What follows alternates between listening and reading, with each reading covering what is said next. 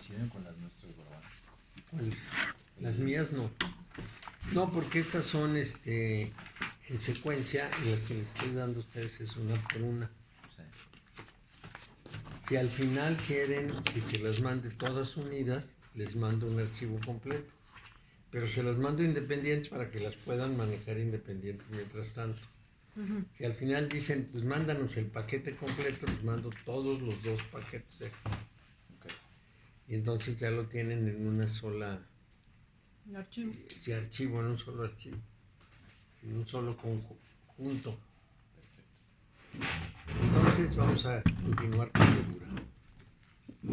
Y aquí debemos hacer alguna consideración inicial importante, porque el Geburá tiene una gran trascendencia en la medida en que está ligado a Binah y está ligado a José. Pero vamos a empezar con la primera liga, con la liga de Binah y con su función. Bueno, entonces hablemos de las 3 columnas. Tenemos en el árbol de la vida 3 columnas: la columna del rigor, la columna de la misericordia y la columna del equilibrio, o de la ira, el amor y la justicia, como les quieran llamar. Entonces, la columna de la izquierda, que es la columna del rigor, lo que nos está marcando... Visto de frente. ¿Cómo? Visto de frente. Así es. Sí. Lo que nos está marcando de una manera muy evidente es todo lo que requiere esfuerzo o todo lo que requiere forma. Aquí cabe introducir, aunque sea como de contrabando, la visión del budismo mahayana, que en el Sutra del Corazón tiene una argumentación que parece confusa, que parece difícil, pero que ellos le explican bastante bien. Dicen, la vacuidad es forma y la forma es vacuidad. Es decir, la forma no es para ellos sino una manera en que nosotros nos representamos el mundo. Esto que dijeron los budistas hace 2600 años o 500, resulta que es lo mismo que ahora decimos en nuestras ciencias. Los objetos no tienen forma propiamente hablando, sino que nuestro cerebro, al verlos, les imprime una forma específica, les da su modalidad y los pone, digamos, en su limitación. Al darle la forma, los encuadra, ya no son cualquier cosa, no son una onda circulando por el universo, sino que son un objeto perfectamente definido por nuestro cerebro. Eso es una necesidad de la supervivencia de la especie, de manera que tenemos que verlo con simpatía, pero también es una limitación enorme porque no nos permite ver el juego de toda la realidad. Lo que dicen los entendidos de esto es que el universo es un tren de ondas, es un montón de ondas moviéndose, y que cuando nosotros observamos esas ondas, las colapsamos y entonces vemos objetos. Que esos objetos aparecen y desaparecen, y además sus átomos todo el tiempo están moviéndose por todos lados. Y cuando se preguntó muy sensatamente, bueno, a ver, si aparece y desaparece, y si además los átomos cambian de lugar todo el tiempo, y si es un colapso de onda, ¿cómo es posible que yo lo pueda trabajar, enderezar, mover, etcétera? Y entonces uno de los grandes físicos, Bohm, contestó, porque es un holograma. Y con eso nos dejó una pica en Flandes, porque ahora hay una serie de físicos que nos dicen que muy probablemente somos seres de 2 dimensiones, pero que tenemos una proyección hologramática que nos hace creer en 3 dimensiones. Ahí les dejo el asunto. Es lo que yo siempre he pensado. Sí, muy bien. Claro. Ahí les dejo el asunto sin ahondar, pero la columna es la columna de la forma. Y esta columna es la columna de la misericordia. Entonces, la columna de la forma es muy rigurosa, porque nosotros tenemos que ser muy rigurosos en el manejo de la forma dado que es nuestra forma mental de movernos y relacionarnos con el mundo. Entonces, Binah tiene una función arquetípica, es decir, tiene una función de modelo. Es el modelo de dar forma a todas las ideas o a todas las ocurrencias superiores. Esas ocurrencias están donde está la Z. Esas ocurrencias son de Jochma. Entonces, esas ocurrencias toman forma en nuestro cerebro. Eso es lo más importante, porque en el universo no toman forma, son un tren de ondas. Es un poquito más complicado porque ya creo que ya les había dicho, las ondas se manifiestan en un medio, ondas de agua, ondas de aire, ondas de lo que queramos, pero en el universo son ondas de vacío, entonces nadie entiende eso. Ni me pregunten porque nadie sabe. Entonces, ¿qué es lo que ondula si no hay nada? Ajá. Bueno, entonces, la respuesta de los orientales, y a lo mejor otra vez tienen razón, es que lo que ondula es la conciencia universal de la cual participamos. Eso hace un poco más complicadas las cosas. Mejor dejémoslo en vacío. Sí, mejor lo dejamos ahí. Bueno, entonces, nosotros sí requerimos de la forma, es la manera en que no solo nos manifestamos, sino que hacemos objetos, vemos objetos, los utilizamos, etc. Y eso es precisamente la función que empieza a realizar Geburah. Es decir, Geburah va a trabajar en la forma de una manera muy directa. Y Hod, que está abajo, va a trabajar en los principios que regulan la forma. Por eso se le llama la ley. Y finalmente eso llega a la manifestación. Entonces Geburah tiene la trascendencia de ser como el inventor de la forma. Y yo no sé si se acuerdan cuando hablamos de Luzbel. Sí hablamos de Luzbel, ¿verdad? Y les dije cuál era su función. Creo que yo no estaba. ¿No? Bueno, lo repito rápido. En el, ¿cómo lo llamaríamos? Estudio metafísico de la Biblia y de todo el sistema de creación del universo y demás, se dice que Luzbel, que es el ángel de luz, tiene una función, es un ángel celeste, pero tiene una función. Su función es no mostrarnos los mundos superiores, porque si no, desdeñaríamos este mundo y nos iríamos a esos mundos superiores rápidamente sin cumplir nuestra función en la Tierra.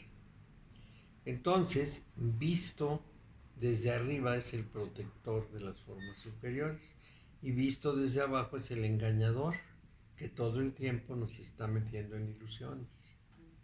Satán, el enemigo, el engañador. Ese engañador es la carta 15. Es el mismo. Es el mismo. Luzbel y Satán es el mismo. Es el engañador, sí. Es lo que nos dijiste una vez de que había así como que si veíamos. Un velo. Sí, un velo. Ya no queríamos. Entonces abajo, Un velo para no velo. una vez puesto el velo, vemos el mundo maravilloso y no queremos dejarlo. Prácticamente nadie se quiere morir. Unos suicidas por ahí, pero pues por muchas razones. Sí. No, en general nadie se quiere morir, quiere seguir viviendo. Aunque Entonces, sea en ¿quién otro pone el mundo. velo? ¿Luzbel? Luzbel. Es el encargado de engañarnos y hacernos creer que este mundo no solo es real, sino además maravilloso, lleno de gozos para el ser humano.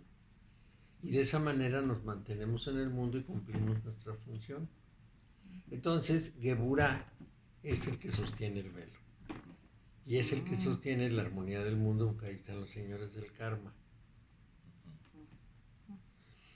¿Qué quiere decir eso de la armonía del mundo? Cada vez que desviamos el mundo, que vamos por donde no debemos, lo tienen que regresar y eso es el karma. Entonces, la función de Geburah es muy importante en la relación con la forma. Entonces, cuando morimos, seguimos estando por debajo de Geburah. No, cuando morimos, pasamos del otro lado a un estado de conciencia más allá del horizonte de la eternidad que está aquí. Pero el problema es que... no vamos a pasar de ahí, ¿verdad? No, vivos no. ¿Qué te- Vivos no. ¿Muertos? ¿Cuál? Pero muertos sí, porque ¿Hasta dónde? pasamos al horizonte de la eternidad como conciencia pura. Y eso es más difícil de Pero lo que ¿hasta nos dónde vamos parece. a llegar? Cuando morimos arriba de Keter. Sí, nos Ah, vamos sí. hasta Pero luego, sí, ¿cómo? nos vamos Pero luego, ¿cómo volvemos a...? regresamos a la conciencia una. No, no volvemos. Nace otro y entonces ese recibe información. Esa es la idea de soporte prácticamente de Occidente y del budismo. Buda decía que en una secuencia de velas, una que se está acabando enciende a la que sigue, pero no es la vela que sigue, es una relación causal.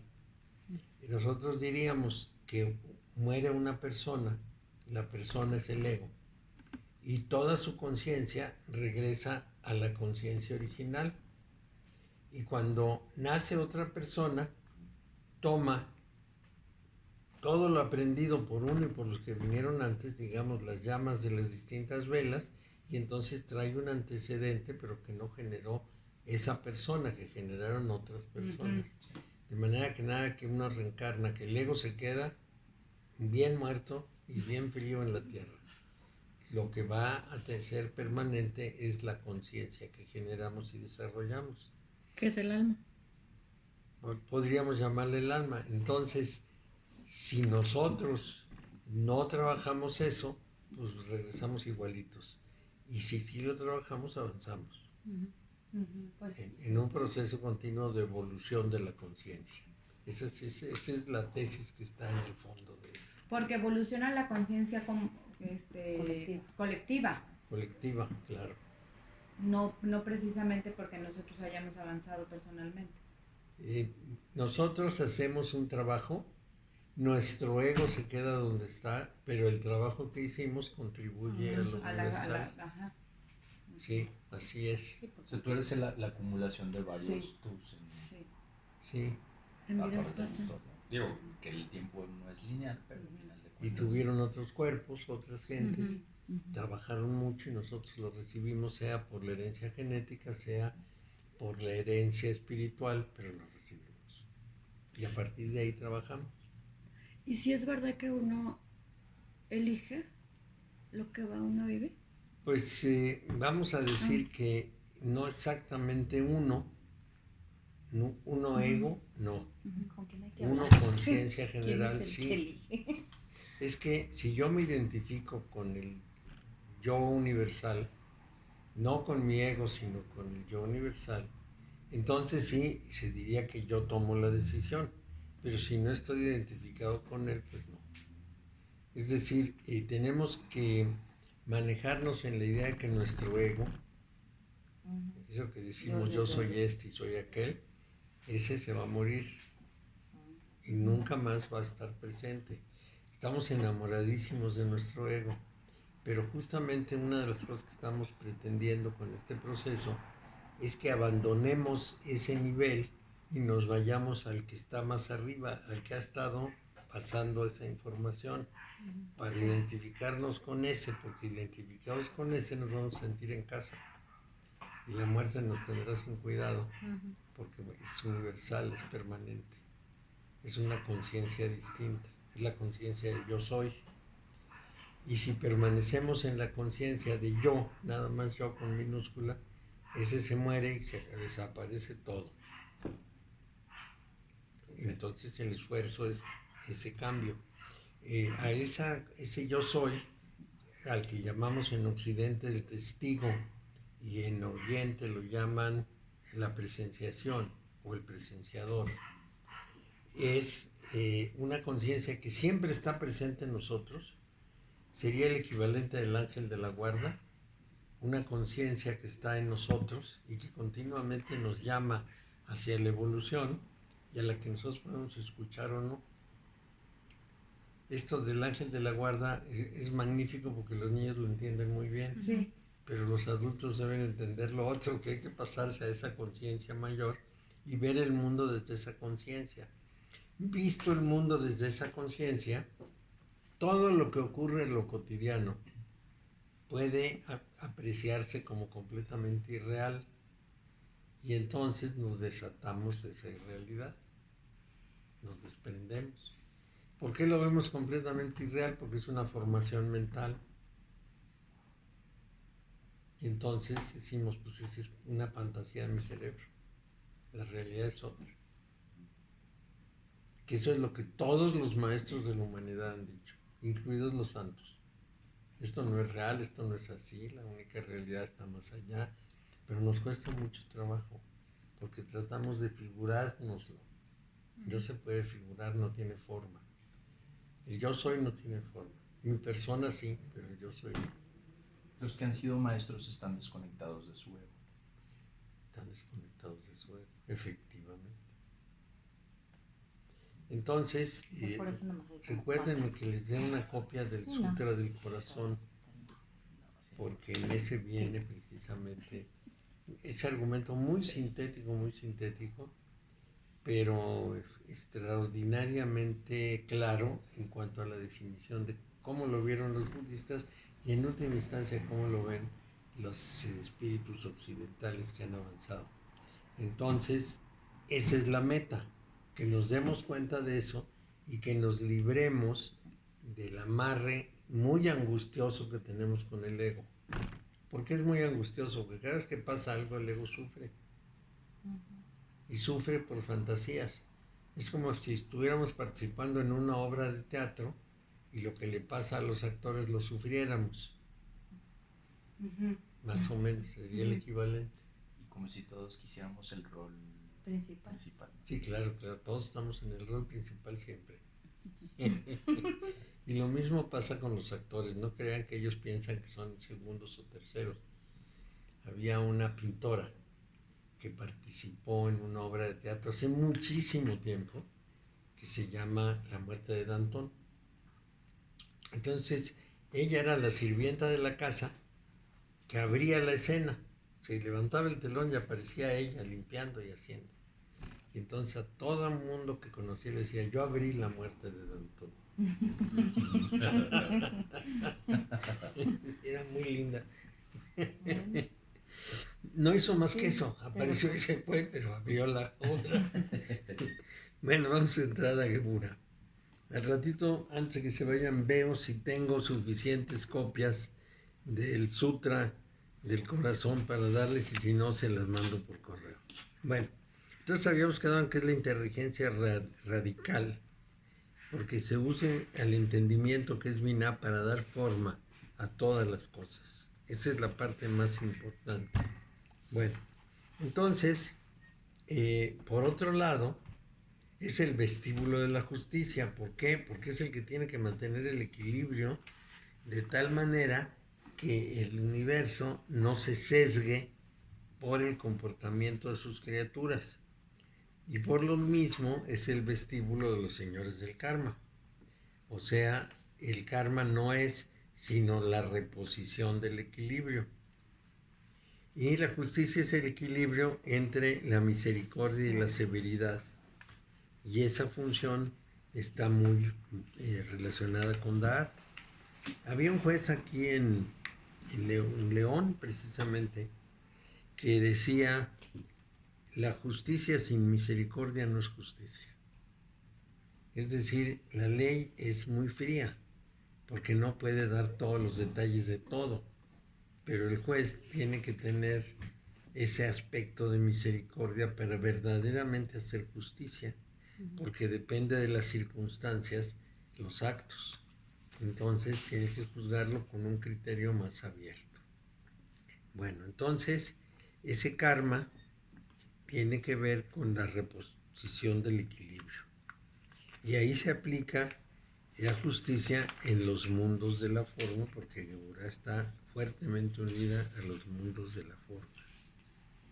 En Geburah, el alma, esto que hace un momentito mencionó Rosy, se encuentra completamente desnudo de todo retazo o excusa de posibilidad de evasión.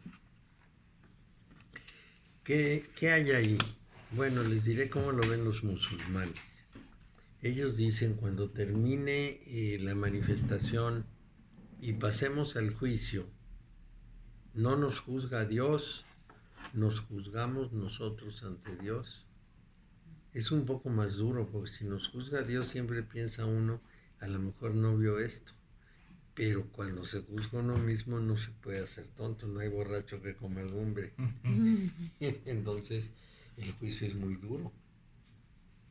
Es el alma desnuda sin nada que disimule ni evada absolutamente nada.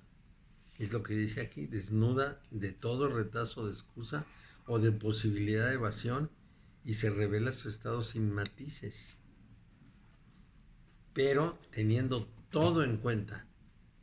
Es un vestíbulo de la justicia, no un juicio. De modo que no hay sentencia ahí, en ese nivel no hay sentencia. El Binah es silenciosa, la forma es silenciosa. Aquí les menciono que los musulmanes, justamente cada alma ante Alá y cada alma se valora a sí misma y no puede ocultarse, ni poner excusas. Es inescapable, ve lo que realmente es. Y la propuesta que se hace en el tarot, en la cábala, etc., es que antes de llegar a ese punto, antes de llegar a la muerte, hagamos el intento de ver cómo realmente somos. Entonces, la propuesta es precisamente ver la película de nuestra vida y juzgar qué cosa hicimos para el espíritu y qué cosa hicimos para el ilusorio mundo humano que vamos a dejar. Sí, es muy fuerte.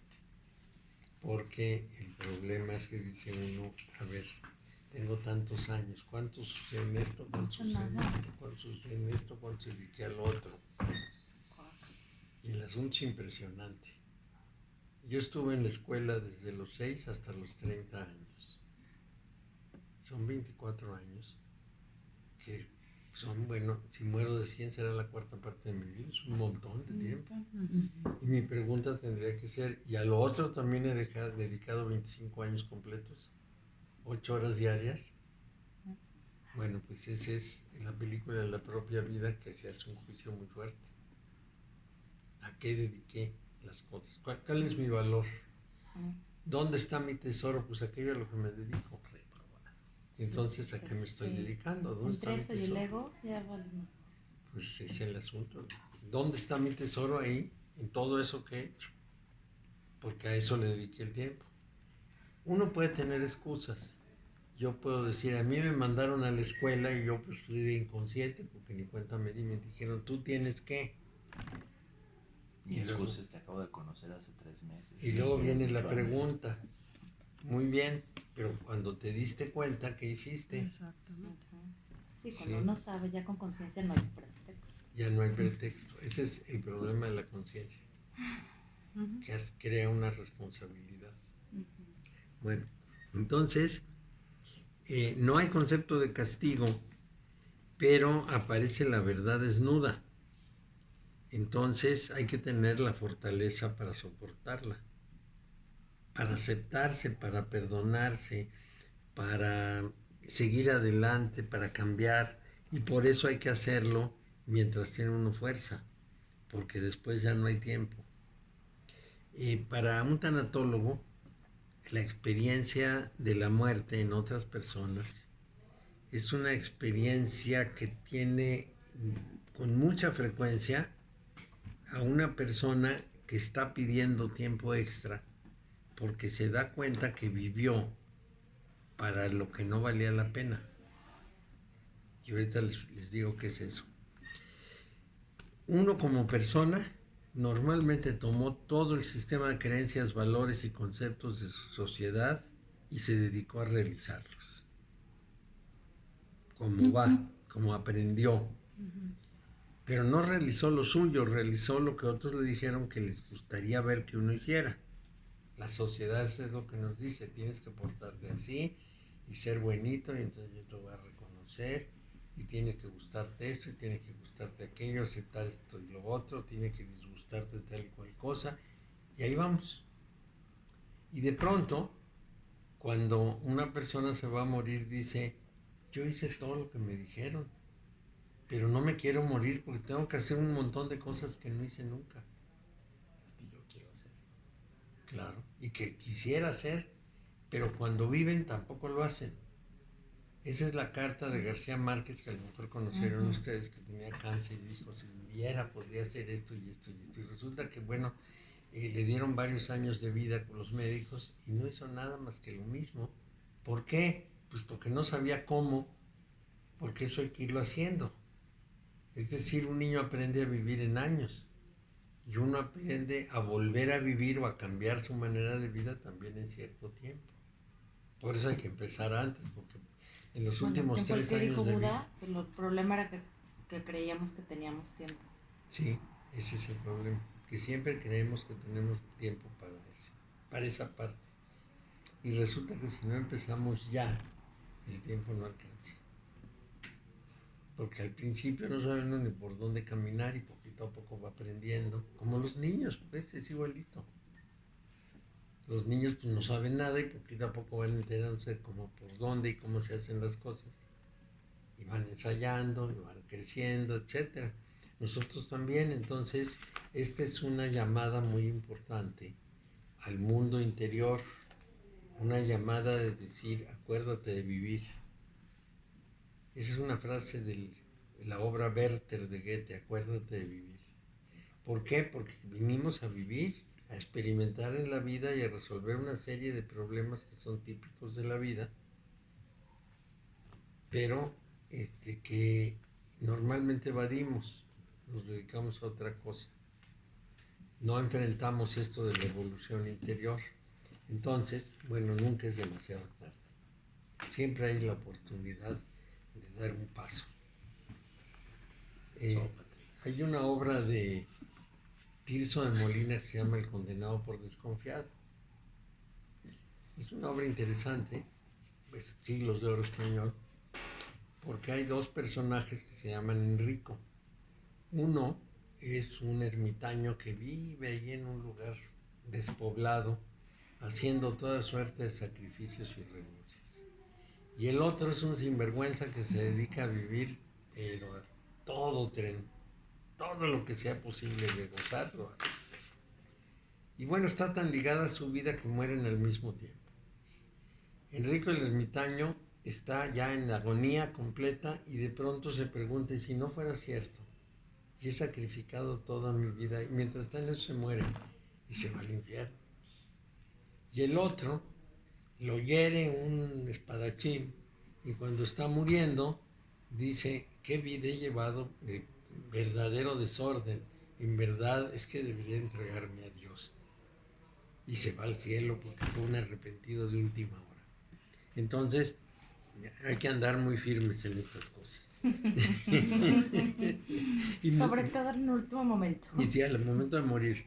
Bueno, entonces, todo lo que es necesario hacer para alinear el alma correctamente con el deber ser, eso no es de Geburá. Geburá juzga, no guía. O sea, Geburá lo que hace es mantener el equilibrio, hacer los juicios, buscar la forma, iniciar todo el proceso de la forma, pero no es el que nos dice qué hacer. Entre otras cosas, porque es muy riguroso y ese rigor a lo mejor no sería el que conviene para la formación. Pero es muy importante que quien va a guiar esto, y quien va a guiar esto está en Gesed. Es decir, todos los maestros, los grandes maestros, pasaron por los rigores de Geburá para llegar a Gesed, pero llegaron. Y entonces en Gesed tienen la misión de la misericordia. Y esto es muy importante, porque con esa función de la misericordia, ya les había dicho que misericordia quiere decir piedad del corazón. Entonces, estos maestros desde esa posición ven a la persona luchando, sufriendo, buscando salir y la van guiando, le van dando la oportunidad. Otra vez regreso al budismo. En el budismo hay dos escuelas, la escuela Theravada y la escuela Mahayana. La escuela Theravada está del lado de Geburá. Ellos dicen, la persona típica o característica del budismo del sur es el arhat, que es el discípulo que está en rigor continuo, concentrado en su liberación, y aunque sienta misericordia por los otros, está lo suficientemente ocupado para no hacerles caso. está buscando su liberación. Ajá. El Mahayana, que es el budismo del norte, es distinto. El Mahayana ve la necesidad de ayudar a los otros, de auxiliar a los que van más abajo para que lleguen a su liberación, y entonces generaron la figura del Bodhisattva, que aunque está al borde de hacerse Buda y no volver a la manifestación, renuncia a eso para seguir enseñando y ayudando.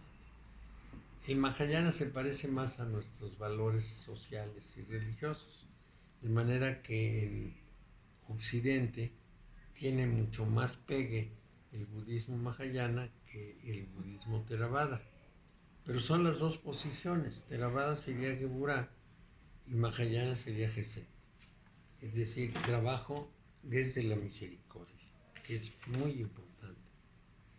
Así es que la jerarquía de los maestros que están en Gesed está destinada a ayudar a las almas en todos sus trances. Pero la verdad no debe y no puede dejar de encararse. Finalmente tenemos que saber cuál es. La acción de Geburah sería capaz de crearnos muchos problemas, y aquí dice inclusive una muerte terrible pero breve, que es una situación que simbolizan una lanza y una espada, no en nuestro juego de cartas sino en otro. Pero también puede conducir en su parte pasiva a una agonía, y una agonía tiene que controlarse y tiene que vigilarse. Normalmente nosotros pensamos que no nos gustaría tener una larga agonía, sino una muerte súbita y quedar muy tranquilos. Pero nadie elige su muerte, no hay manera, ¿no? Y se entiende que la función de los señores del karma está representada precisamente en esos procesos. Grandes maestros como Ramakrishna murieron de cáncer. Ramakrishna tenía cáncer en la garganta, de manera que tenía unos dolores muy fuertes, pero murió muy tranquilo. Por dos razones. La primera razón es que él entendía que esos dolores tenía que tenerlos. Y la segunda es que él podía controlar buena parte del dolor. Con la meditación. Okay. Pues más o menos. El dolor no se siente en los órganos del cuerpo, se siente en la cabeza. Es decir, cuando yo toco esto, quien siente que es duro es mi cerebro. Mi dedo nada más transmite un impulso electromagnético. Mi cerebro es el que siente que es duro. Entonces lo mismo le pasa al órgano. Por ejemplo, cuando cortan los nervios y duele mucho algo, el dolor no se siente porque ya cortaron el nervio. Ya Entonces no lo que le está pasando aquí ya no va al cerebro, ya no se interpreta como dolor. Hay personas con cáncer a las que les cortan el nervio que va conduciendo el dolor y la pasan muy bien, no sienten nada.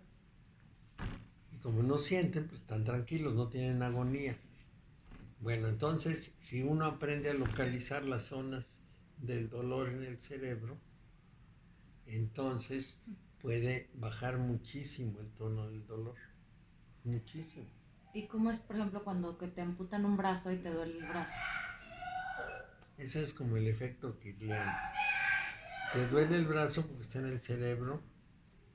Ya, el dolor del brazo está en el cerebro, no está en el brazo. Entonces, todo lo que estimule el nervio en el camino es un dolor de brazo.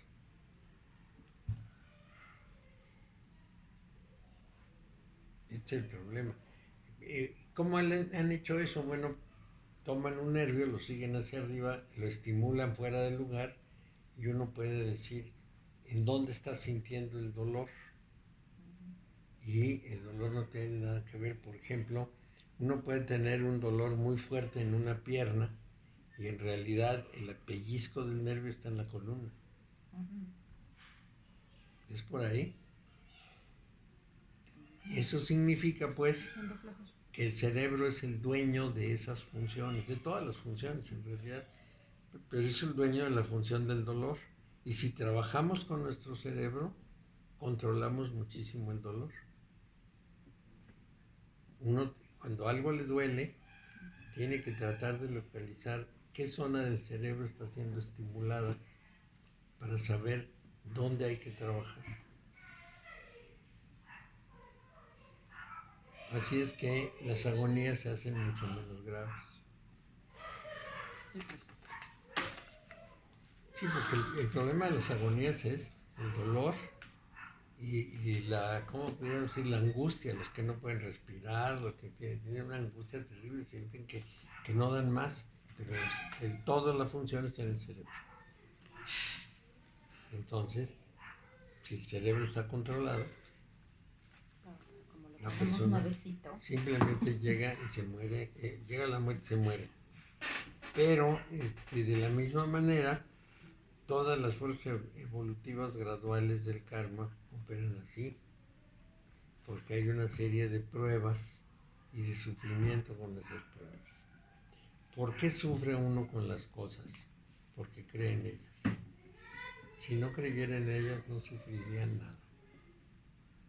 Si yo creo que debo ser correspondido en una pasión amorosa y no soy correspondido, sufro. Pero si no creo eso, entonces no sufro nada. Pues sí. Pero sufro porque tengo una convicción de algo. Esto es algo que va muy ligado al karma. Le estoy dedicando bastante más tiempo al asunto del karma porque para todas las vidas es muy importante el karma.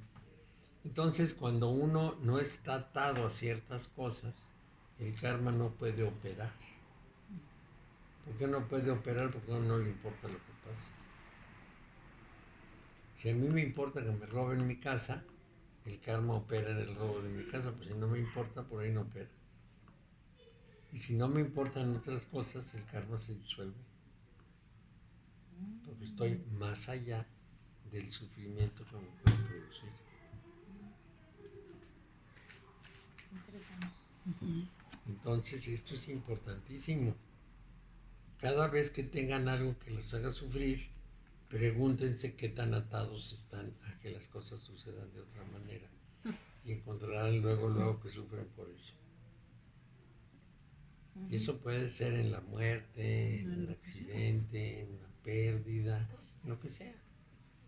Es como atraerlo más. Más bien es como dejarlo producirse. Vamos a pensar en un adolescente al que reprueban en un examen. Depende de qué tanto representa para él el examen y que lo sufra o no lo sufra. Si realmente es muy objetiva persona, va a decir, bueno, pues lo presento después. No pasó nada, no he cambiado nada, no me ha pasado nada en mi vida, nada se ha trastornado espantosamente, nada más no pasé. Y no sabía yo lo suficiente, no me dio el tiempo, no pude por algo. Ya sucedió. Y sigue adelante como si nada. Y cuando venga el nuevo examen, pues lo presento y me preparo mejor o me enfoco mejor mi manera de trabajar. No le pasa nada. Pero si siente que es muy importante, si tiene que quedar bien, si en su casa lo van a poner tibio, si siente que está perdiendo el tiempo, si estaba pensando en casarse después de terminar la carrera y resulta que se le retrasó un año, sufre. Si no, no sufre. Entonces, el origen del sufrimiento es la importancia que le concedemos a cosas irreales, porque los sucesos del mundo son construcciones mentales. Esta es la Pero lección. ahí a mí me surge una duda. Sí. Yo sería la número 1.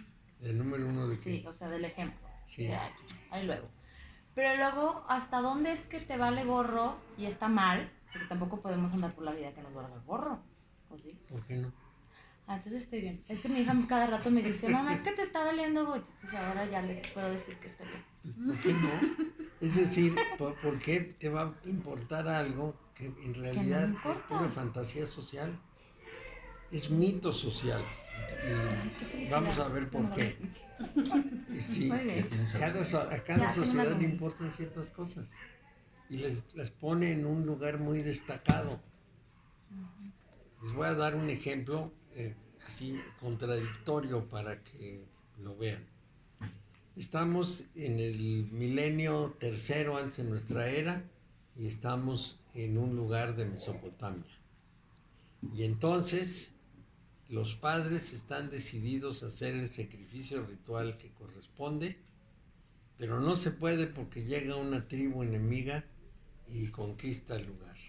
Y los padres quedan muy frustrados porque ellos querían cumplir con su ejercicio ritual. ¿Y cuál era el ejercicio ritual? Llevar a su primogénito al templo para que lo ofrecieran a Dios y lo mataran. Entonces ellos sufren porque no les mataron al hijo. Y nosotros decimos, pues están locos, pero para ellos era muy importante porque quedar bien con Dios necesitaba la muerte del hijo. Y ya quedaron mal. Y como ya destruyeron su ciudad, ya no pueden repetir el sacrificio, están malditos para el resto de su vida. ¿Ven cómo estas cosas pueden ser muy irreales? Y entonces uno, como cree que eso que está pasando es muy importante, sufre por eso. Pero no es muy importante. No, pues no. Si uno lo ve objetivamente es intrascendente. ¿Por qué? Pues porque no es tan real como parece. Nosotros pensamos lo que es más grave. Lo expresa Heidegger en su filosofía. Dice que el ser humano es un ser ante la muerte. Que la muerte es la que determina toda su vida porque es algo de lo que no puede escapar. Y es fatal porque sabe que va a suceder a fuerza. Bueno, entonces tenemos que resolver el temor a la muerte. Es quizá la primera cosa que debemos vencer, porque si no vamos a vivir toda la vida pensando si me muero. Harari, el autor de Homo Deus, dice una cosa muy interesante. Dice, si los hombres se hicieran amortales, desaparecieran las religiones. Porque si no hay una vida después, porque esta vida va a ser eterna, entonces ¿de qué te preocupas? Muy importante eso. Bueno, entonces el temor a la muerte es por desconocimiento. Uno entiende que se va a acabar algo. No entiende bien que continúa, sino que se acaba. ¿Y qué es lo que se acaba? Se acaba el futuro, se acaba la oportunidad de hacer nuevas cosas. Porque todo lo vivido ya está vivido. Uno ya es eso. Entonces, el futuro es el que nos da oportunidades. Y cuando uno muere, se le acaba el futuro. ¿De veras? Este es el punto clave. Si seguimos, por ejemplo, el orden de la religión y tomamos lo que ya les he dicho que dice Benedicto, que la muerte es un estado de conciencia, entonces eso no se acaba. Que para nosotros podría ser lo más importante, pero a lo mejor lo más importante lo desplazamos a otras cosas que sí se acaban. Entonces por ahí tenemos una fórmula de dónde dirigir la puntería. Yo tengo que vivir para lo que no se acaba. Si vivo para lo que se acaba, voy a sufrir mucho cuando se acabe. Bueno, ese es todo el argumento de este tema. No es sencillo, No. hay que reflexionarlo, pero es muy importante porque si lo logra resolver uno, adquiere una gran calma. Queda muy tranquilo. Parezco alcancía ahorita, me están cayendo muchos 20. Ah, qué bueno. Sí, Estoy viendo la claro. descripción de Q. Sí, ¿verdad?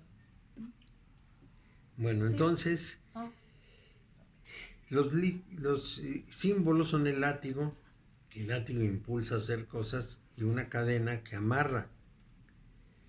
Los molinos de Dios, todo esto que viene por acá antes en definiciones, los molinos de Dios muelen lentamente, pero muy fino.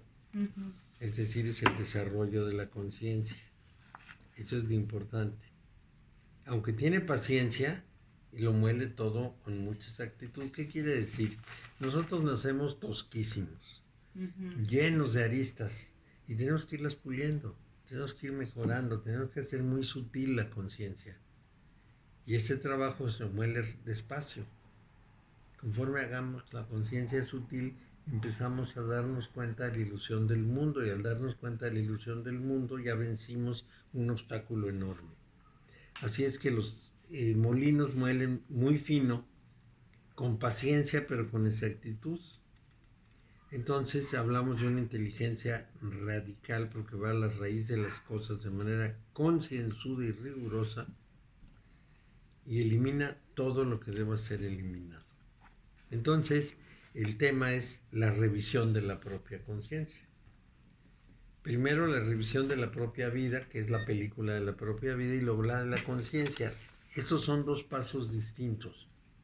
Es qué viví y cómo lo juzgué. Son dos pasos, y son dos pasos que deben darse por separado. ¿Cómo viví? ¿Qué hice? Muy bien, ahora ¿cuál es mi criterio? ¿Con qué criterio estoy analizando eso que ocurrió? ¿Lo estoy viendo como parte de la necesidad de un camino? ¿Lo estoy viendo como una tragedia para mí? ¿Lo estoy viendo como una presión que me está haciendo una fuerza superior? ¿Lo estoy viendo como un puro suceder sin sentido que me ocurrió y ya me ocurrió y ni modo? ¿O me quejo porque me ocurrió? Bueno, pues todas estas posiciones son mi conciencia de las cosas. Entonces, no es lo mismo lo que me pasa que la conciencia que hago de ello. Y lo que me pasa puede ser lo mismo a mí que a otro, yo juzgarlo de una manera y el otro de otra manera, y eso tiene consecuencias distintas. Entonces, lo que yo tengo que pulir, ¿qué es lo que puedo pulir? Es mi conciencia. No puedo pulir los sucesos. Yo no puedo intervenir al punto de determinar que todos los sucesos sucedan como yo quiero, pero sí puedo juzgar de una manera independiente. Entonces puedo cambiar mi conciencia. Eso es lo que tengo a mano para transformar. Este es el trabajo de moler fino. Tengo que irla puliendo y puliendo y puliendo para que se resbale todo. Entonces se van a resbalar dos cosas. Se van a resbalar los sucesos, ya no me van a afectar prácticamente, pero también se va a resbalar toda influencia negativa que alguien quiere ejercer sobre mí. Puede ser visible o invisible. Puede ser que quieran hablar conmigo y decirme cosas terribles, o que alguien me haga brujerías y quiera que yo me muera con las brujerías. Se me resbala. Porque la conciencia está pulida. Este es el punto clave. Bueno, entonces se llama Pachad o temor, y ese título puede llevarnos lejos, porque en realidad el miedo, el temor, es una de las fuerzas más difíciles de vencer por el ser humano. ¿Por qué es muy difícil de vencer?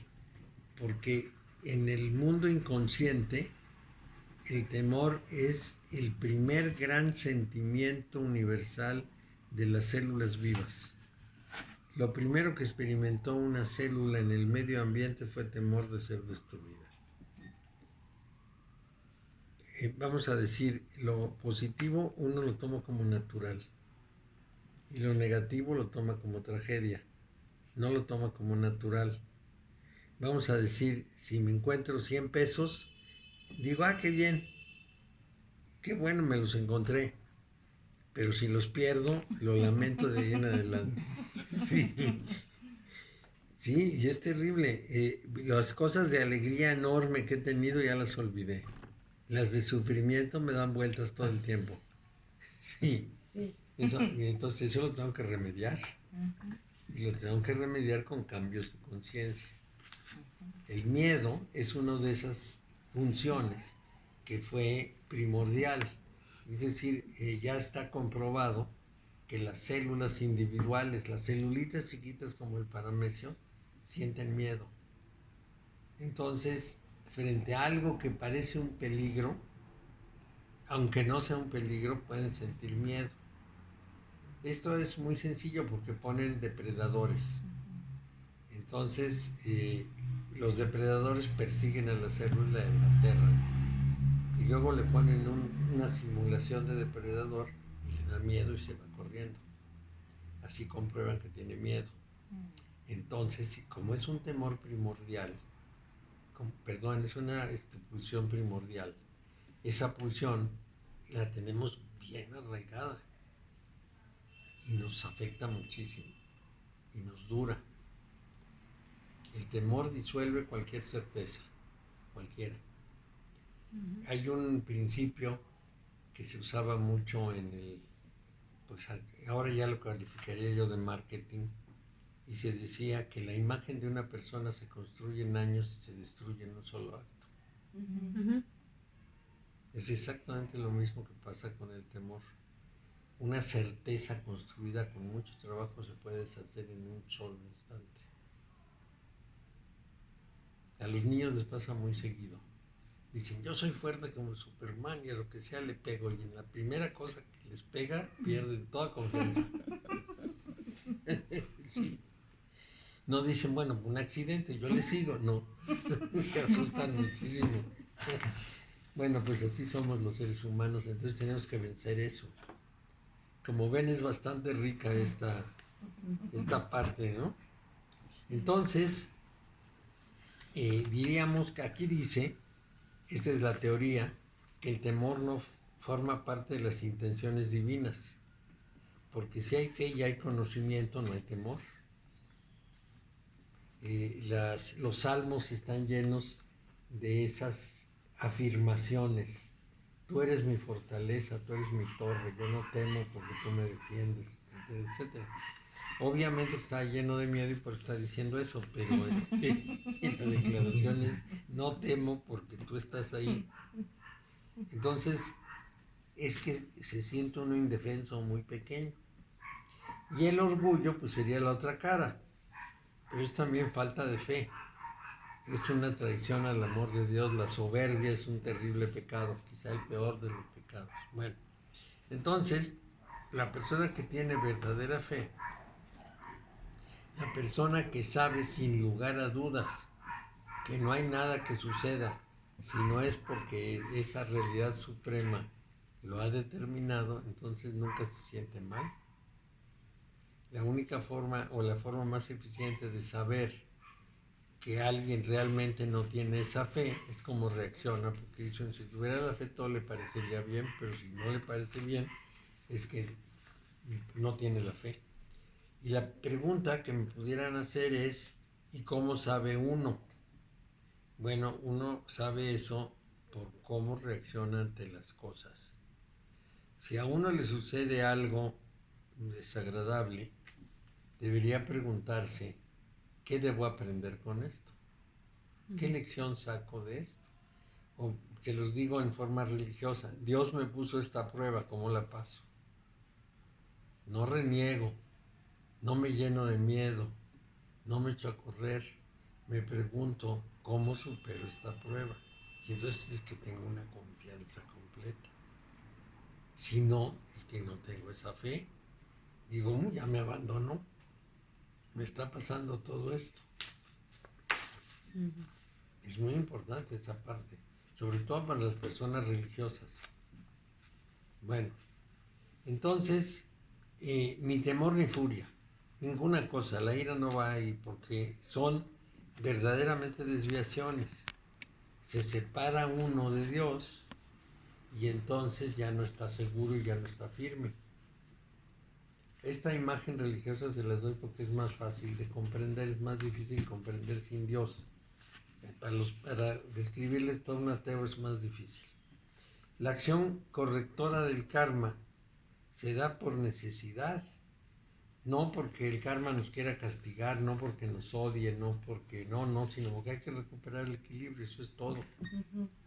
Y tenemos que hacerlo así.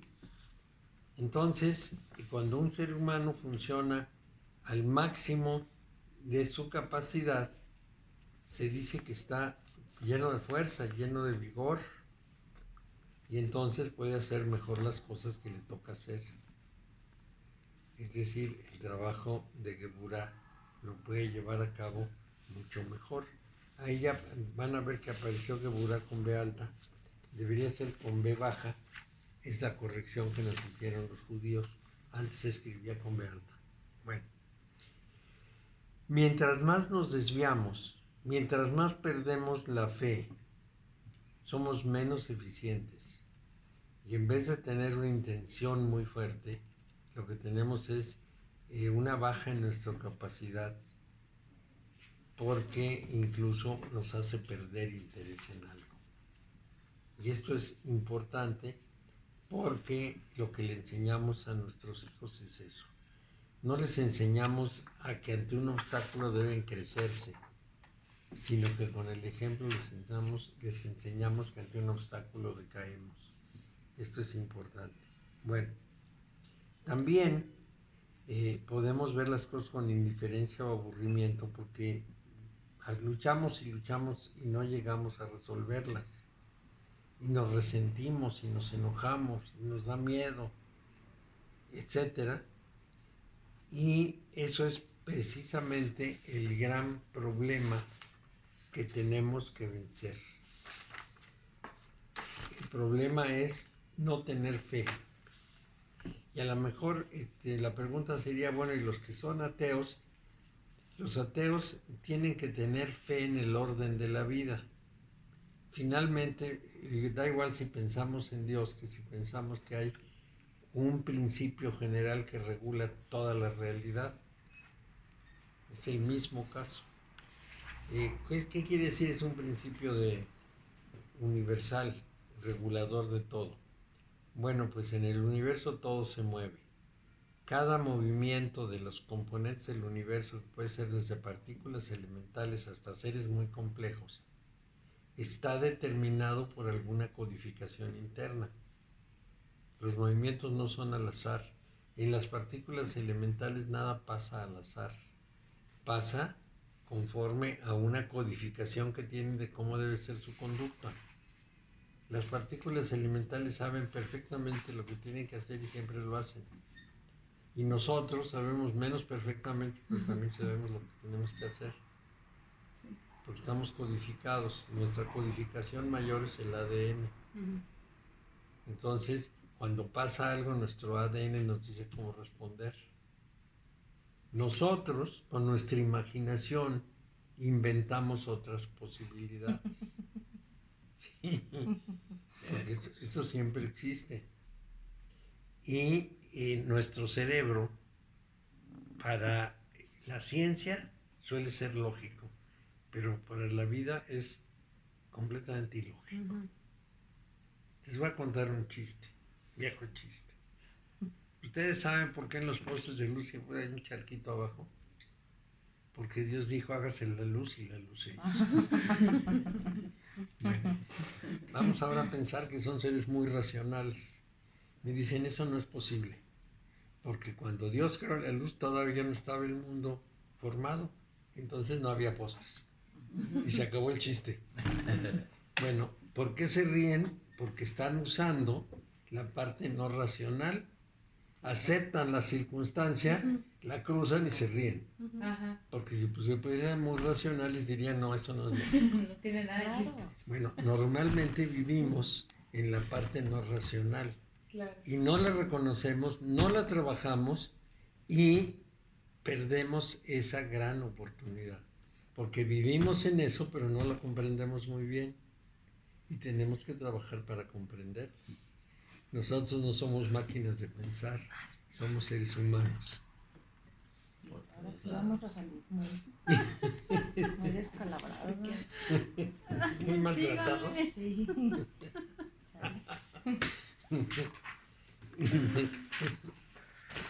Bueno, entonces es muy importante. Tenemos que ser muy conscientes que nosotros vivimos de esa manera. Es una especie de integración de la realidad más allá de cualquier razón. Y la verdad es que las explicaciones muy racionales solamente se aplican a lo más rígido. Todo lo demás no es así. Y ese trabajo, el trabajo que tenemos que hacer es justamente no un trabajo de razón, porque la razón se resuelve muy fácil. Si la razón es una especie de máquina de lógica, y la vida no. La vida requiere manejar lo otro. Eso que hace que el chiste sea chiste. Bueno, entonces esto es lo que Geburah nos está diciendo todo el tiempo. La forma. Fíjense en la forma. Forma racional, forma espontánea. Es con cosas distintas, pero son formas. Son solamente maneras de representar lo mismo. Yo puedo abordar el chiste como un científico y no lo hago chiste, y puedo abordarlo como una persona normal y me río. Eso es lo importante. Y entonces son maneras de ver. Y no tengo por qué hacer tragedia si me pongo muy lógico, ni hacer tragedia pensando que no razoné. Bueno, en ese momento me voy librando del karma, porque me zafo de él. Ya no me obligo a hacer racional o irracional, sino que acepto, me dejo llevar, cedo. Y confío en que los mecanismos que me hacen vivir así son mecanismos muy eficientes, porque después de 13,000 millones de años han funcionado tan bien que aquí estoy. Bueno, entonces vamos a seguir.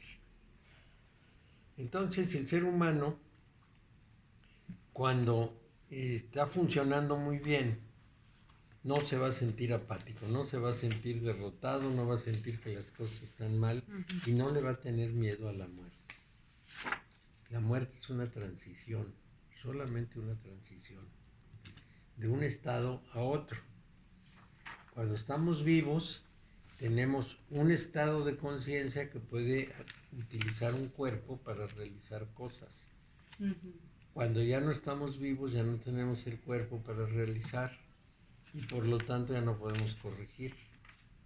Una de las pruebas más significativas en los grupos herméticos desde el tiempo de los persas, o sea, desde el 1500 antes de nuestra era más o menos, era poner a una persona en una caja de muerto con sus 4 velas y decirle: ya te moriste, ahora ponte a pensar qué dejaste pendiente, qué es lo que te gustaría haber hecho antes de morirte, y como no estás muerto, hazlo. Entonces imagínense que está ya en la caja de muerto con sus 4 cirios y la gente por ahí diciendo: ay, pobrecito, tan bueno que era. Entonces, Es como el único momento que vamos a escuchar eso. Y entonces uno empieza a pensar, bueno, pero es que esto y aquello y lo otro y tal, pues ya sabemos que quedó pendiente. Es muy importante. Se quedó uno tan sereno después de esa revisión porque dice: bueno, pues nomás tengo que hacerlo. Muy bien. Entonces, eso que llamamos el temor de Dios, quizá es el susto que nos produce la enormidad de lo que es principio, que puede ser divino o no divino, pero de lo que es el principio. Pero también tiene otra característica que es fundamental. De cierta manera nos da, para decirlo en palabras comunes, nos da cosa descubrir lo que sí es, cómo deben ser las cosas. Porque en ese momento nos cuestiona y nos cuestionamos. Entonces, uno de los vicios mayores de este Sefirá es la crueldad. ¿Por qué? Porque es muy duro. La forma tiene que darse como tiene que darse y tiene que ser así. Es un vicio, porque es una distorsión de los poderes kármicos que más o menos hacen de balanza y calibran las cosas. Yo tenía un compañero de trabajo que un día me preguntó: ¿cómo le está yendo? Y le dije: estoy con un trabajo enorme. Y me dijo: para eso le pagan, ¿no? Este es el tipo de crueldad de que les estoy haciendo referencia. No tendría que ser tan duro. A lo mejor podría decirme, No, pues qué no bueno sabe. que tiene trabajo, porque si no nos corren. Bueno, está Ujú. bien. Pero para eso le pagan. Ujú, ujú, Y uno se queda así como estremecido frente a esa cuestión. ujú. Lo hace sentir esclavo. Esto es muy importante. Bueno, entonces sí puede haber crueldad. Y también el karma puede destruir. ¿Qué destruye? Lo erróneo, lo obsoleto. Y si se pasa de destrucción, es un vicio. Entonces, cuando alguien se identifica con este sefirá y se propasa, está incurriendo en un gran vicio. Toda virtud tiene su contraparte, o todo vicio tiene su contraparte. Es decir, cuando nos enseñaban, qué sé yo, para la gula, entonces teníamos que ser muy moderados en la comida, ¿no? Frugalidad. Entonces era su contraparte. Todo vicio tiene una contraparte. Toda virtud tiene su contraparte. Porque todo lo manifiesto se da en pares de opuestos. Entonces, una de las fuerzas más grandes que no nos permiten evolucionar es la resistencia al cambio. Y generalmente nos da miedo cambiar. Mucho miedo. Cuando queremos ser otros, entonces como que nos estremece. ¿Por qué? Porque le tememos a muchas cosas. Hace muchos años, muchos, era yo pre-hippie. Todavía no había hippies. y yo andaba como los hippies. Y entonces un día, un amigo de aquel tiempo me encontró vestido de traje muy formal. Me dijo, ¿qué te pasó? Y le dije, ando de espía con el enemigo. Bueno, pues ese es el punto. Entonces, nosotros muy bien podemos tener miedo a cambiar. Nos rehusamos a abandonar lo que ha sido para nosotros hábitos mentales y emocionales. Y decimos, no, así no. Y bueno, esto hace las tragedias de la tanatología que no va con la muerte. Cada vez que pasa algo que contradice nuestros hábitos mentales, nos altera. Uno de los procesos más difíciles en la tanatología, es el divorcio. Mientras que una muerte debe tener un proceso de 2 meses para que sea un proceso muy sano, un divorcio lleva 1 año y a veces más. Lo mismo la viudez. Por eso las viudas se vestían de negro 1 año completo. Porque hay una identificación entre las personas y entonces como si les cortaran la mitad. Ajá. Y cuesta mucho trabajo la readaptación. Todo se hacía con el otro y de pronto no hay otro. De pronto no hay otro. Sí, es como estar cortado a la mitad.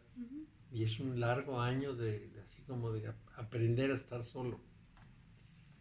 Y entonces produce mucho sufrimiento, porque tenemos hábitos mentales y emocionales. De pronto podemos negarnos. Yo tengo una hermana que enviudó relativamente joven y como que no se resignó. Entonces, todas las noches le deseaba buena noche a su marido, muerto, claro. Y todas las mañanas le preguntaba cómo había amanecido. Y lo tenía en cuenta como si estuviera ahí. No lo podía soltar. Para ahora tiene 98 años y sigue igual.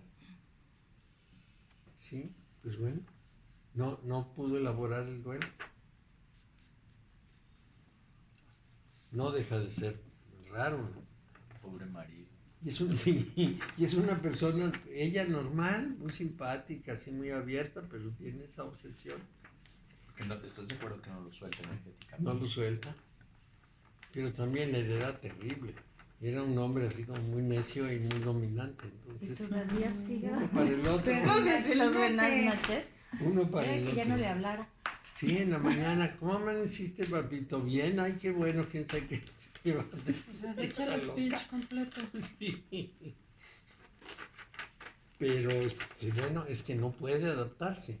Claro. Si no puede cambiar, tiene un hábito mental y emocional que no le permite cambiar. Pero lo sufre. Pues parece que no, porque ella va, viene, hace, cocina, hace todo lo que tiene que hacer. Pero sabe que está él ahí, Sí, a lo mejor sí, es su forma de no sentirse sola. está presente siempre. Entonces, pues no se le murió. Ajá. Qué extraño, ¿verdad? Pero esto nos muestra lo que es un hábito muy arraigado, muy fuerte, que no puede romper, porque quizás si lo rompe se desmorona, Claro. Sí, es como Dumbo con su pluma. ¿sí? Y con eso vive. Bueno, uno tiene que preguntarse si tiene algunos de esos hábitos, no tan intensos, pero que son muy importantes para sobrevivir, Claro. porque esto es importantísimo. Esto es tan complicado como que la persona que sobrevive mucho tiempo acaba por ser la única de la familia, por ejemplo, que es mayor, la que tiene el recuerdo de la familia, o puede ser a la que acuden para los juicios de valor, y esa es una posición muy extraña porque lo va acercando uno al final. Jorge Ibargüengoitia, creo que él se había contado esto, tenía unas tías que todo el tiempo lo estaban molestando porque era soltero. Entonces iban a las bodas, lo codeaban y le decían, ¿cuándo te casas? ¿Tú sigues? Y entonces en los sepelios él les decía, tú sigues. Para que vean lo que se siente. Sí, que se llega a aguantar. Entonces uno va sintiendo cómo se pone en primera fila. Para ese momento ya debe considerar que la muerte es muy poco importante, porque no le importa. Si no, el sufrimiento crece mucho. Bueno, entonces es un consejo para su lejano futuro, pero es importante. Bueno, entonces es muy importante porque esta parte tiene mucho que ver con las grandes funciones universales.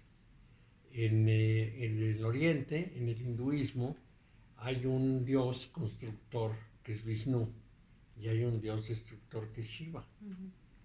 Pero sin Shiva no hay nueva creación. Para que, si este edificio se hace viejo, hay que tirarlo y escribir uno nuevo. Entonces, tirarlo es destrucción, pero es una destrucción necesaria. Bueno, pues quizá cuando lleguen a mi edad, más o menos se den cuenta que hay que deshacer el cuerpo para que pueda aquello que es la conciencia tomar una nueva energía. Porque hay muchas cosas que ya no se pueden hacer. No solo por incapacidad física, sino por tiempo. Ya no da tiempo de corregir muchas cosas, ya no da tiempo de empezar algo, ya no hay tiempo. Hay que cerrar ciclos, hay que consolidar. Entonces, cada edad tiene su virtud. La virtud inicial es la de aprender, la segunda es la de hacer, la tercera es la de ir garantizando lo que sigue, y la última es consolidar todo lo que se tenía. Son etapas de la vida, entonces uno tiene que aprovecharlas en lo que toca. La etapa creativa termina alrededor de los 60 años. Ya las personas que hacen algo después de los 60 lo hacen en función de todo lo acumulado antes. Bueno, entonces los senderos que conducen a Geburá son el carro, la balanza, la justicia, la fuerza y el colgado.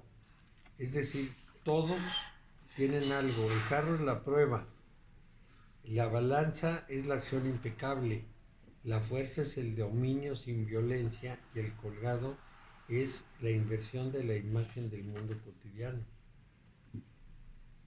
O sea, Geburá está relacionado, otra vez lo digo, con la prueba, que es el carro. La acción, sí, la prueba, es carro 7. La acción impecable, que es el 8, porque es la balanza. El dominio sin violencia, que es la fuerza, la carta 11. y la inversión de la imagen del mundo, que es el colgado.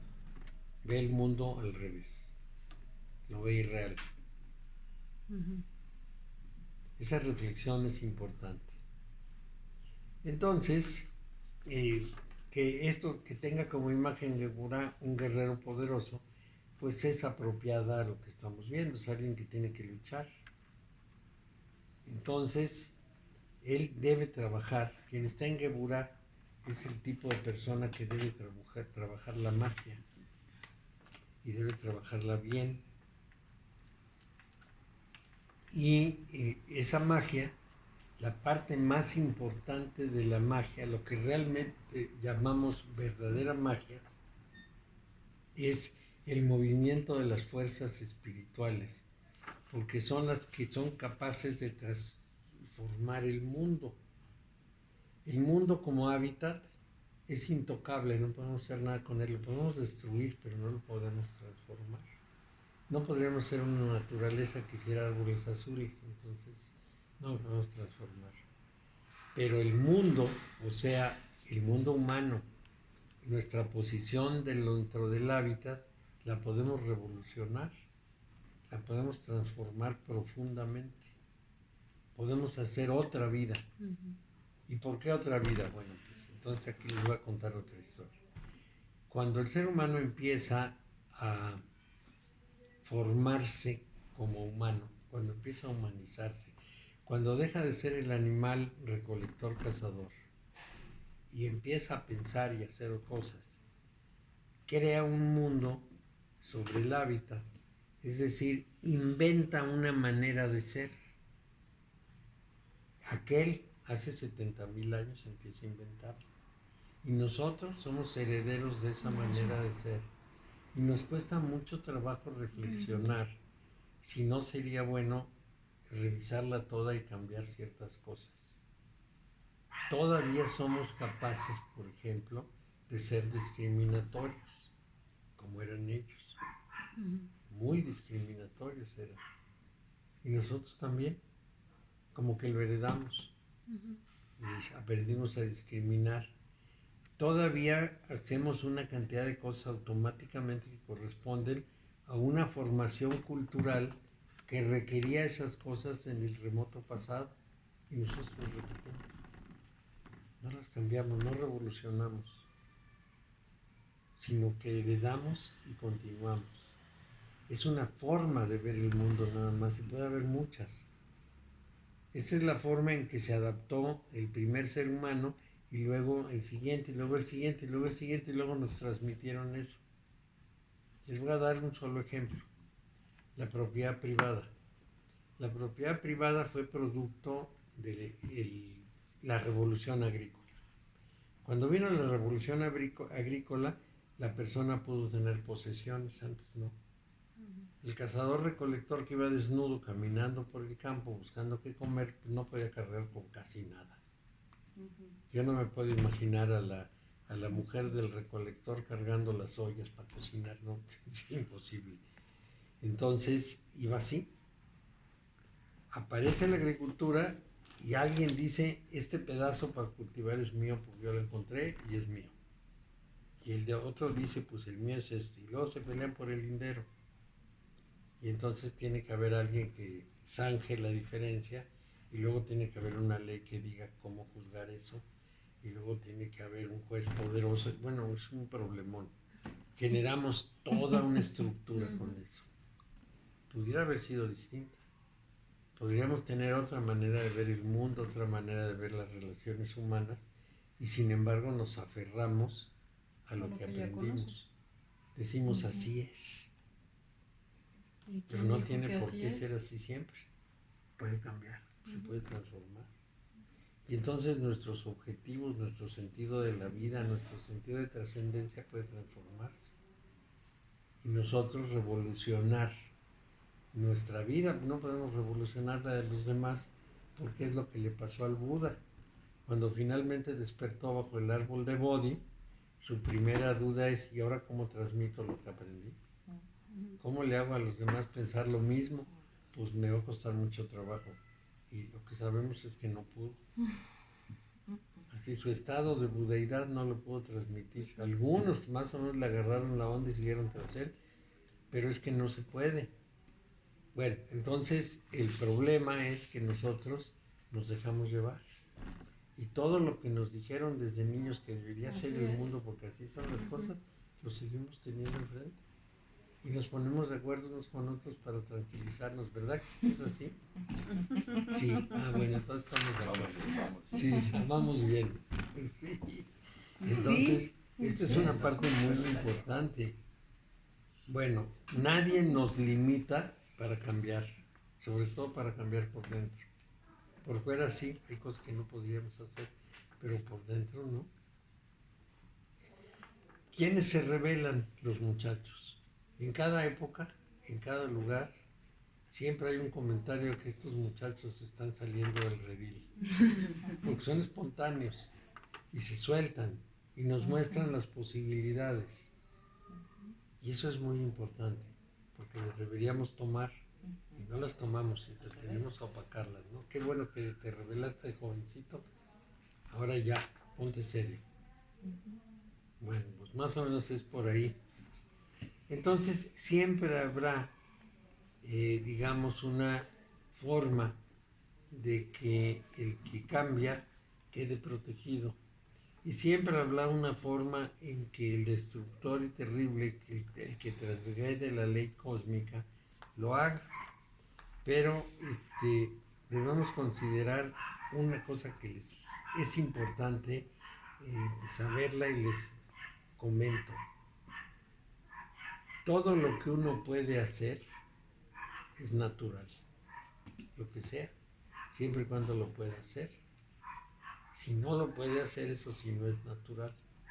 Por ejemplo, yo no me puedo ir caminando a la luna, eso sería realmente antinatural. Pero puedo comer tierra. Eso es natural, pues, tengo una boca, me puedo comer la tierra. Si me preguntan quién haría esa locura, pues en Haití durante un tiempo hicieron pasteles de tierra para poder comer. Entonces hacían un pastelito de lodo, lo cocinaban y lo mordían para sentir que comían. Qué raro, ¿no? Qué horroroso, pero... Pues daño no te hace. No, no te hace daño. No. No, pues Yo sí, comía tierra de la tierra sale como entra. ¿Y cómo explicas que los bebés lo primero que hacen con la Comer tierra tierra. va a la boca? Sí, la arena te la puedes comer y te limpia además porque la arena jala una cantidad de cosas sucias que tienen adentro que se quedaron allí estancadas. El estropajo. Es una receta propia del vegetarianismo y del veganismo que puedas tomar barro limpio y te barre por dentro, te limpia y sale como entra. No te quedas con nada. Si si te lo pones por fuera, te limpia. Por fuera, los emplastos de barro. Entonces, aunque parece extravagante, es natural. Y es tan natural que los niños lo hacen, efectivamente. Si no les gusta, la escupen, pero si les gusta, se la tragan. Y cuando niños, ya no sé si a ustedes les tocó, pero masticábamos los gises, porque necesitábamos el calcio. Estábamos con el gis. Bueno, entonces hay cosas naturales que como que no nos alarman un poco, pero son muy naturales.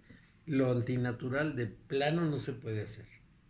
Bueno, entonces es muy importante tener en cuenta que la acción es el camino por el que los seres humanos nos realizamos. Si nos quedáramos inmóviles, no nos realizaríamos. Es la acción la que nos hace el mayor bien, es la que nos transforma, la que nos da cosas. Cuando alguien se queda inválido, es una tragedia porque no puede hacer. Estas personas que se quedan que no pueden hablar, que no pueden comunicarse, que no se pueden mover, están en una condición trágica porque están viviendo, pero ya perdieron futuro, están muertos en vida. Y esto es muy grave. Entonces, el hacer cosas es la mayor virtud que tenemos. El hacer cosas exteriores nos ayuda a la supervivencia, pero al hacer cosas interiores nos ayuda a la transformación.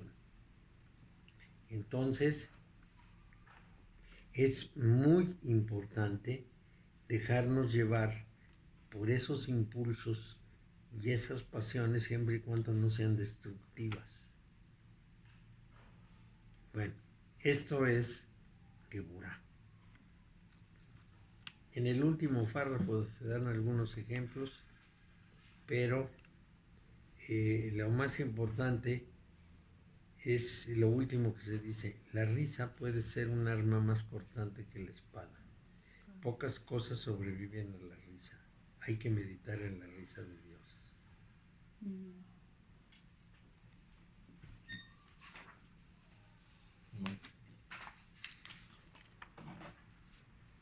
Qué clase tan interesante. La clave 11 se las mando por correo junto con la 12, que ya la tengo ahí en la computadora.